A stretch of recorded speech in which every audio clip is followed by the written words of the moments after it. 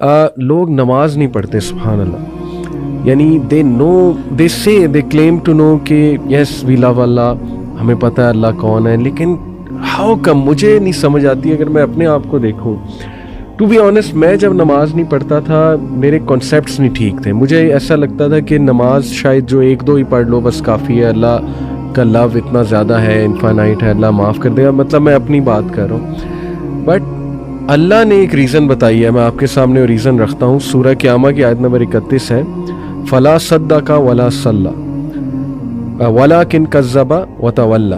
اللہ کہتے ہیں کہ مگر اس نے نہ سچ مانا اور نہ نماز پڑھی.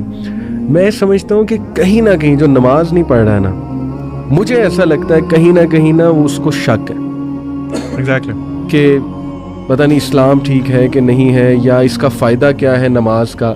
یہ بھی تو ایک شک ہو سکتا ہے نا، کیوں پڑھوں اتنا ٹائم میں کیوں نکالوں؟ حالانکہ کیا ٹائم ہے، 15 منٹ پر نماز، 75 منٹ آؤٹ آف 40 منٹ. کیوں نہیں پڑھتے نماز؟ مجھے نہیں سمجھ آتی، مجھے بڑا دکھ ہوتا ہے. آپ بتائیں آپ کیسے دیکھتے ہیں اس کو؟ علی بھائی آپ نے نوٹ کیا اسی آیت میں اللہ تعالیٰ کہہ رہے ہیں فلا صدق ولا صلی ولکن کذب وتولی. اللہ تعالیٰ اتنا ہی فرما دیتے نا کہ وہ سچا نہیں ہے، سچ نہیں بولتا اور نماز نہیں پڑھتا، تو میننگ وڈ بی سفیشینٹ. اللہ نے آگے کیا فرمایا، ولکن کذب وتولی، کہ وہ جھٹلاتا بھی ہے اور منہ پھیر کے چلا جاتا ہے.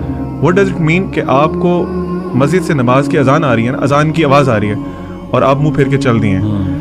آپ نے جو بات کی نا کہ ہاں ایسا کیوں کرتے ہیں، اس میں نمبر 1 ریزن ہی ہے کہ اللہ تعالیٰ کا پتہ ہی نہیں ہے.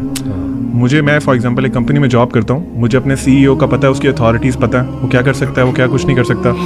میں کبھی اور وہ مجھے کہتا ہے کہ I have a meeting with you at this time, اور یہ اس ٹائم پہ، وہ چاہے ٹائم آف ٹائم ہو، whatever the thing is, میں وہاں لازمی پہنچوں گا. کیوں؟ I know his authority, I know about himself, I know about him, اور مجھے آئیڈیا ہے کہ میں اگر نہیں جاؤں گا تو مجھے he will just kick me out of job. Allah سبحانہ و تعالیٰ کے بارے میں پتہ ہی نہیں ہے.